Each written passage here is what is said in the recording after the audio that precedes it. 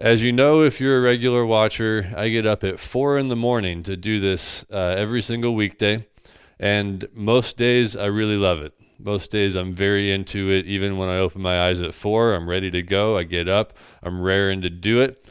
But some days I get up and I sit down at the kit and the practice pads here and nothing feels good and I feel like I'm going to kind of struggle through. Today was one of those days. When I sat down and started playing the brushes this morning, very first thing, it felt terrible, like just terrible. Like I was gonna have to fight hard for every last minute of this morning's workout. But I wanted to talk about what I do in those situations at least a little bit, because I'm sure that happens to everybody. Basically, I think of a couple things. One of them is I'm on a very long path going towards some long-term big goals that require a whole lot of small pieces of practice along the way. And realistically speaking, I don't really have to love it every single day. Like I said, most days I do. Some days I don't. So sometimes I think about it the way I think about my day job at the office. I don't really want to go to the day job, but I want to pay rent and buy groceries. So in order to get the long-term goals that I want, some days I have to put up with some short-term inconveniences. Today was a little bit like that. In order to get myself closer and closer to ecstatic improvisation through technical mastery of the drum set, I had to work myself through the inconvenience of today, which really just meant spending some time playing the brushes when I felt like my playing was terrible. And the good news is, by the end of the day, or the end of the practice session this morning, I felt a little better about it. I got through the toughness, I got through the awkward motions and the weird playing and being off the click track and everything feeling uneven and uncomfortable. And by the end of the practice session, it felt a little bit better. So I don't know, that's a little bit of motivation for you this morning. Some days I talk about how it feels to practice this much. And I'm working on some stuff we've been working on for a while lately. Levon's going to drink out of the water dish while we're recording, just to put a hat on my topic for the day. But I'm working on half circular motion exercises out of the Brush Secret DVD. I'm going to show you the combined pattern that I came up with a while ago. Basically, I run through the quarter note motions, then the eighth note motions, then the 16th note motions, up and down through the tables of time. And you'll be able to see where I'm at, how everything looks and feels today, and what it's like at the end of a day when nothing felt good.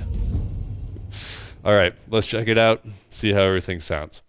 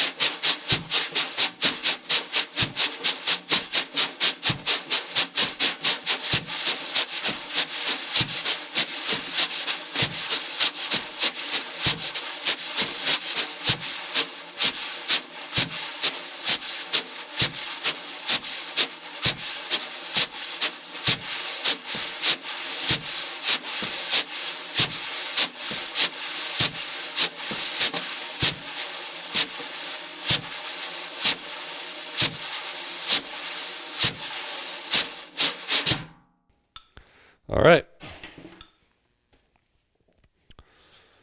Oh, that fastest one is so tough. I keep pushing the tempo too.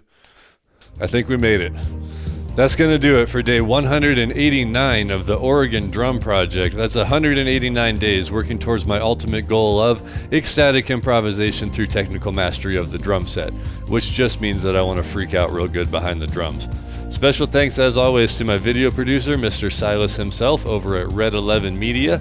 Also, shouts out today to Remo Drumheads and Ludwig Drums, because I got to play on an actual snare drum, and AKG microphones for making everything sound so nice.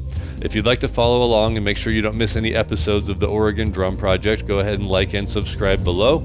You can also catch me over on Twitter and Instagram at Dirty Bandana, on Reddit at Dirty Bandana Drums, and you can get all the details for everything about the Oregon Drum Project, including an awesome store where you can buy shirts like this Backbeat shirt at dirtybandana.com. That's it for now. We'll see you all next time.